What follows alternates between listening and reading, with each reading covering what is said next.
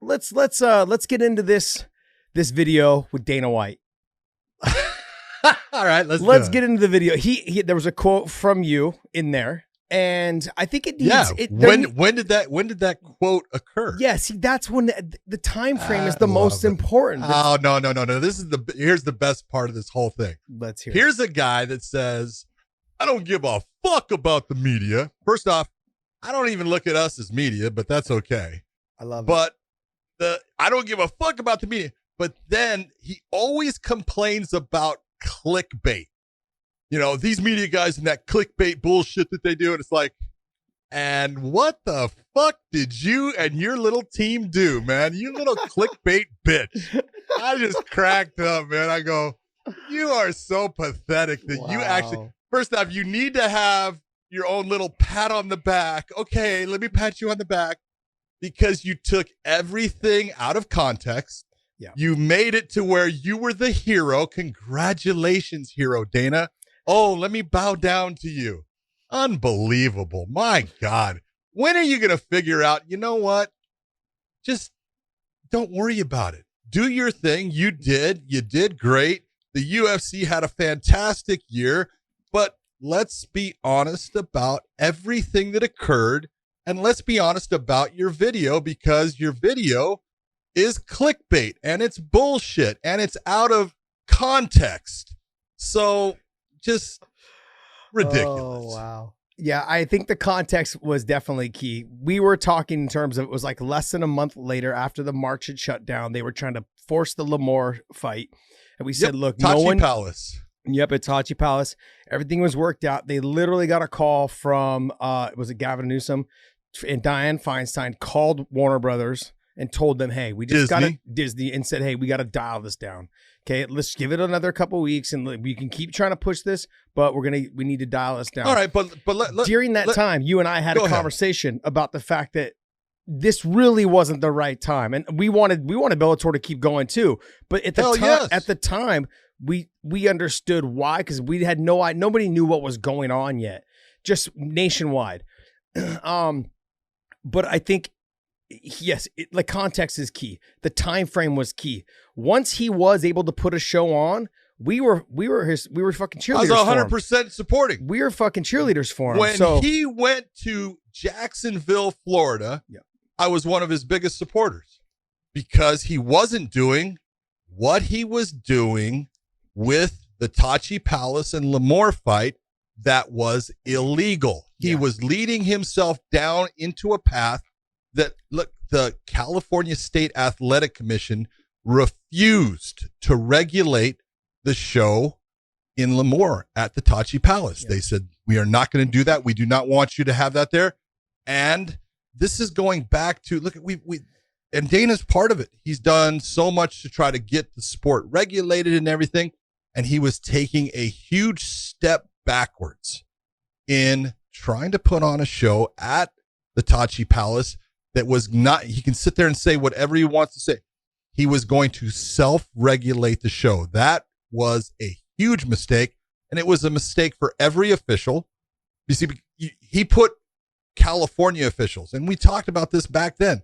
He put Herb Dean in a horrible spot. Yeah. He put, if it was Jason Herzog or Mike Beltran or all these, they can't do that show. So now our job.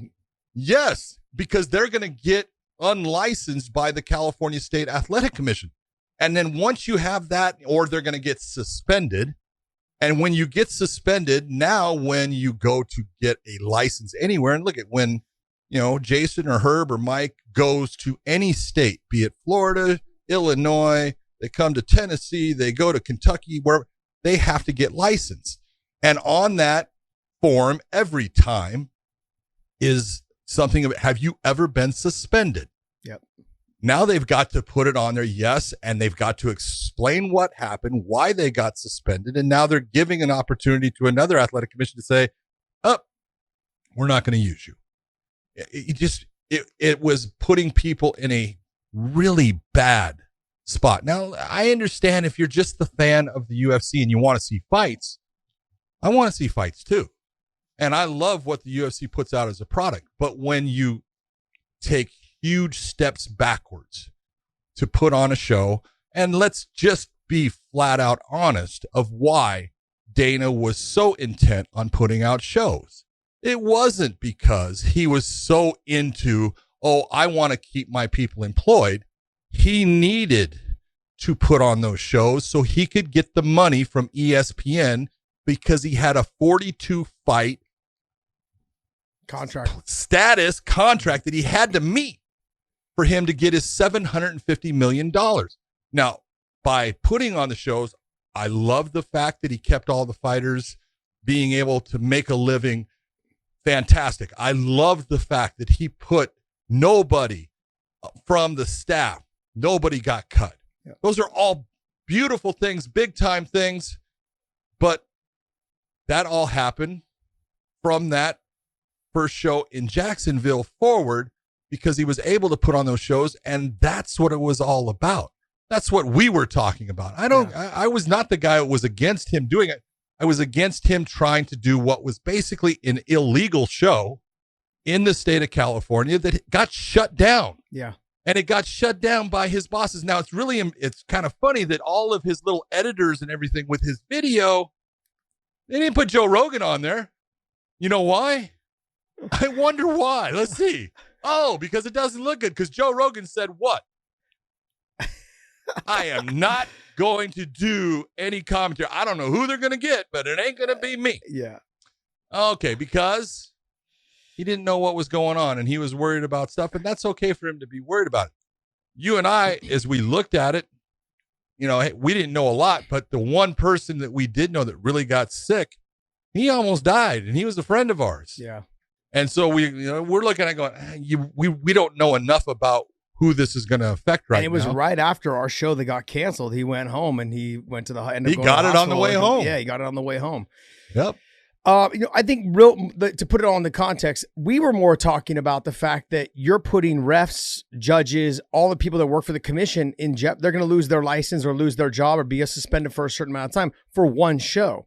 There's nothing that like Dana would have had to compensate them for a year's pay, maybe even two, given that now it's lasted a year long. I mean, they would have had to be compensated long enough for them to actually make up all the money that they would have lost during the time that these fights were going on. And Dana wasn't going to be ready to do that. So really you're putting even though you're employing all your fighters, you were not going to be employing the rest of the refs and the judges and everyone else that worked that show behind the scenes. They wouldn't be able to work probably for the whole year, maybe even longer. They were screwed. Yeah, they would have been screwed.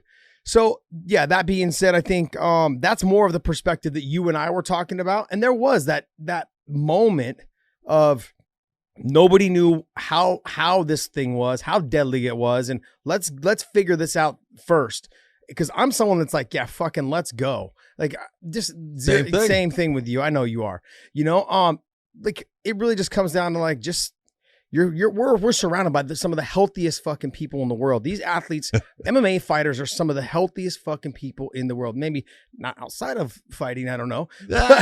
But when they're or the day of weigh-ins. Yeah, but the day, I mean, basically from the time that they know that they're always training. That's one thing. They're always taking their supplements. They're always doing their protein. They're always taking care of their body. They're trying to do the best they can. Sure, we get a little ballooned up sometimes and sometimes we don't. But they're still on schedule of taking care of themselves. We just didn't know what it was. And that's the comments that we were talking about, jeopardizing people losing their livelihood for a year after, maybe even longer, losing their license, period. And other states will not employ them. It's not easy to establish yourself in being a ref or a judge or any of those things. And when you finally do, you don't want it ruined for one show. Yeah. And I'm gonna make Dana happy, or I'm going to not make him happy. So now he doesn't want to use me on his shows, or I make him happy. Now the state athletic commissions won't use me on the shows. Yeah. You're in a shitty position, a horrible catch-22 position. Yeah. Like I said, you were right. I didn't even think of it in terms of Dana talking about clickbait, and yet this was clickbait. But there was a ton of stuff in there that I thought was kind of funny, because I think there was some talks from Stephen A. and some other, and I you know me, I was kind of like, don't. when I get to the, like some of the mainstream people that cover MMA, I just want to just fucking strangle them sometimes, you know, because they don't understand that the process of which Dana went through to get this sport going what it is. Lorenzo, Dana, and everybody else, even yourself being involved, went through to get this sport on the stage that it's on now. And you are right. It would have set the sport back. And I'm glad that one fight didn't happen. When they went to Jackson, when they went to Florida, I was like, hell yeah, this is time. It's been long enough. Everything seems like it's on track. The curve or whatever the hell you want to call it was on the down, and he was working on it. He was trying to make sure that his fighters are active. People need to remember, I like when he said, sure, he was trying to get his employees paid, our fighters, you know, to make money, because they do. A lot of them do live paycheck to paycheck, depending on where they live. And I understand that. You understand that. I know you do. But at that time, it wasn't the right time. And that's relatively what we were saying. Yeah. Well, and you take a look at, you know, the content that we walked away from a show that was supposed to be March 13th. Yep. When all of this kind of just blew up. The UFC had that show that was scheduled for Brasilia, Brazil on the 14th. Mm-hmm. Now they went through with that show, and they went through with it. You know, I understand why, but no crowd. But there was no testing, nothing, none of that was there. Yeah. And that's where Charles Oliveira ended up beating Kevin Lee in the main event. And then you had Dana, he was talking about the Tony Ferguson versus Khabib fight. That fight was scheduled. It was supposed to be in April, and that's the one that he was fighting to put forward. Well, then it got to the point where he knew that fight wasn't going to happen because Khabib, he couldn't get here. Yeah. You know, he was being held, and there was no way that, you know, not held, but being unable to get his visa or, you know, the ability to get out of his country to come to fight. So that he knew that fight wasn't, but then he was stuck in that, I got to make this happen. And it became, you know, Justin Gaethje against Tony Ferguson, and all of it. Every bit of it was bad. And there was big time employees out of the UFC. Look, I was talking to them. I'm saying, you guys can't do this. And they're going, we know it. Yeah. Look, we know we're trying, you know? And I said, you realize what this is going to do? And they go, we know, but you know, he's the boss, and we got to try to work around this and make him understand it in a different way. And so that's what it was all about. Once they were going to Jacksonville, and Jacksonville in Florida was open and saying, yes, we're going to have this. We're going to be doing testing, all the stuff that they did from that point. Hey, congratulations. Did an outstanding job. Yes. Obviously, nothing was foolproof. Look at how many fights you lost. Mm-hmm. All right. Bellator lost fights, the UFC. And that's the new norm. You're going to lose fights. It's not the UFC's fault.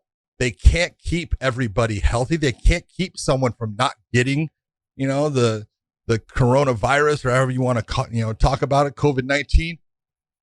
But what they can do is try to keep everybody that doesn't get it safe from the person that could possibly give it to them. And that's really what took place. And, you know, they had a lot of cards get kind of smashed based upon health issues. So did Bellator.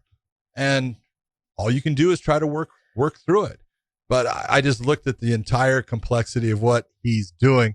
And it's like, you know, you sit there and you say, I have plenty of money. You're right. You do. Yeah. Okay. You do. And you should be comfortable enough with yourself that you don't have to try to put something out there to pat yourself on the back, because you're kind of following people that you show that you like, in that they always have to take credit. Real leaders, they don't have to take credit. Yeah. Well, it's weird because when I watch ESPN, like now, they kind of pat him on the back, but they were talking about that same time frame in which they didn't recommend it. They're like, no, he probably shouldn't do this. This shouldn't happen. It was ESPN and Disney that shut him down. Yeah, so. That's my point. My point is that time? No, but then now they look back and they're like, yeah, it was great that he was making the push. He was doing this. Dana got caught up in the moment of that. And this happens to a lot of people. Is that when you said you were going to do something, you're going to do whatever it takes to do it.